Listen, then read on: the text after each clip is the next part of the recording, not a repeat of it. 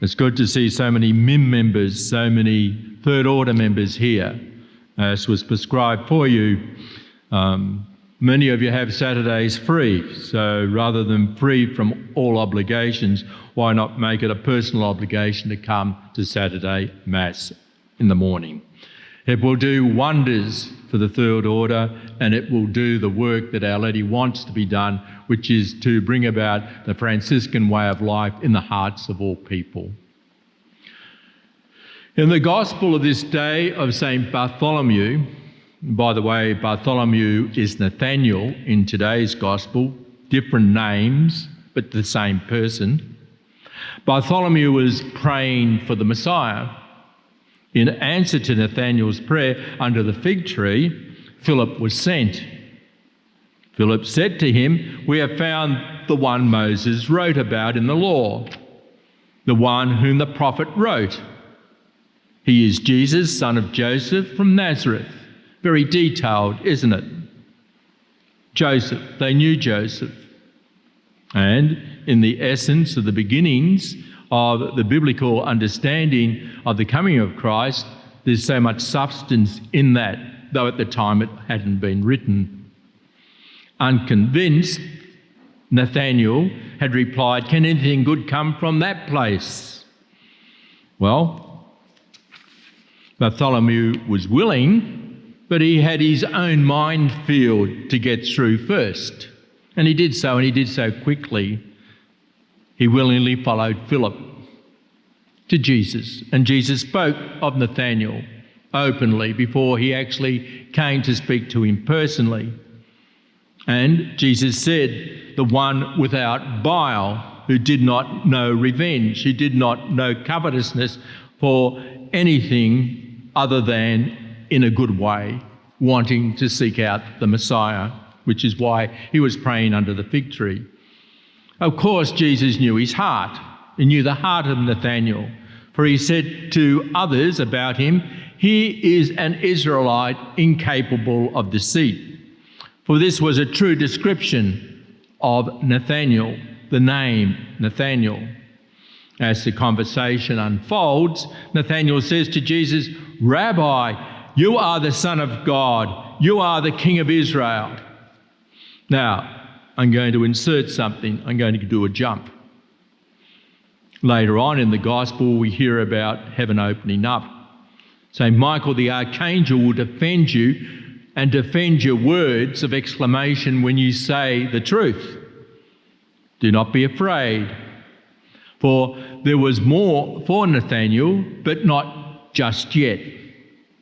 Then Jesus says to Bartholomew, Nathanael, "I tell you most solemnly, you will see heaven laid open and above the Son of Man, who is the son of Joseph," as was previously mentioned. And of course, from that, because of the tradition in the faith of the Israelites, they mention the father and not the mother, but they would have known Mary anyway as being the mother of Jesus.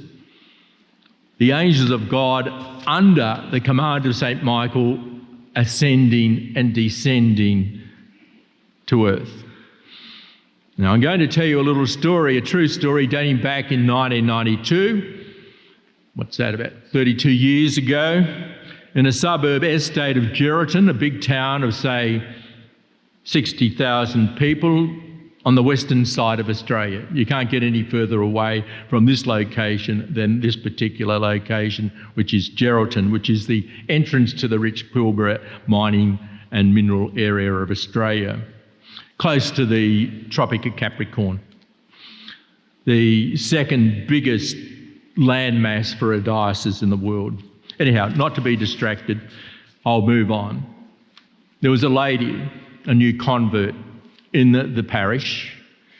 She just converted to Catholicism. She was having difficulties with the parishioners of Bluff Point. That was the location within Geraldton. The parish church, parishioners weren't intermingling with her, and she'd convinced herself that this Catholic church was not the true church. The temptation had come. She was going to renounce. Therefore, like many converts, she had decided to make it official and renounced her membership to the parish priest, the pastor. The pastor said, I want you to come to the Holy Thursday Vigil Mass and to ask Jesus which church he is in. And yes, she said, okay, I've got nothing to miss out on here. I'll do this at his request. So she agreed. And as the priest was moving the Eucharistic Lord in procession to the presbytery chapel, there was no side altar. He was moving Jesus to a little tabernacle that he had in his bedroom. He blessed the congregation before he got to the presbytery. And the convert, Mary, had a supernatural vision of Jesus in the host as the monstrance passed by. Interiorly, she heard, this is my church. This is where I reside. Of course, she went to the saintly angelic priest, Father Ahern, and he had wanted to start perpetual Eucharistic adoration. She didn't know that. The lady convert moved him to bring a priest from an African bishops' conference that had been heard of by the bishop of that diocese, James Hickey. And this particular priest eventually was able to make his way to this remote location of the land of the Holy Spirit, and he started the first perpetual Eucharistic adoration chapel in Australia. Go to Jesus in the Blessed Sacrament. This is what Nathaniel did. He went before Jesus, the same person as is in the Blessed Sacrament, and asked him to move the heart, to move his heart, to convince him himself. You need to be completely convinced that it is Jesus in the Blessed Sacrament before you can start moving the pastor. Now, the result of it will be that Jesus wants to be exposed in the Blessed Sacrament. John Paul II has said that in a homily when he started perpetual Eucharistic adoration at St. Peter's. He had said that everyone should commit themselves to 1 hour a week, and that's coming from the Pope. The magisterium voice was being spoken at that very moment, but you must be convinced yourself. And when you're convinced, you can convince, if not that pastor, who is your pastor, then you will be given a direction to move to a pastor to convince him to extend the hours of adoration. It's a movement, a grassroots movement of the laity, the perpetual Eucharistic adoration. And it has got a pontifical decree backing it up. So you are backed up. You are missionaries of the Blessed Sacrament. Congratulations. Did you know that? You are. So you need to be moved, convinced, and do what Nathaniel did. Pray that you be convinced that whoever it is that you're looking for, whatever it is that you want, you go to the person himself who created you, who is greater than heaven and earth, who holds all things in existence. You go to him and say, what do you want me to do? He wants adoration extended, because when people come to the Eucharist, peace comes to the land.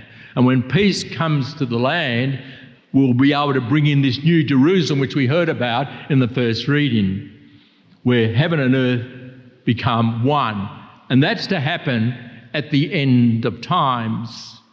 So it's up to us to hasten this period, as Our Lady was able to hasten Christ to the cross by asking him to perform his first public mission and miracle at Cana. So also we can hasten, because we are children of Mary and she wants us all to be saved like her son. We need to ask Jesus, what do you want me to do? Where do you want me to go? Who do you want me to speak to? How can we activate perpetual Eucharistic adoration? How can we extend the hours of adoration? Put your life on the line and Christ will give life to the world. But he wants you to do it.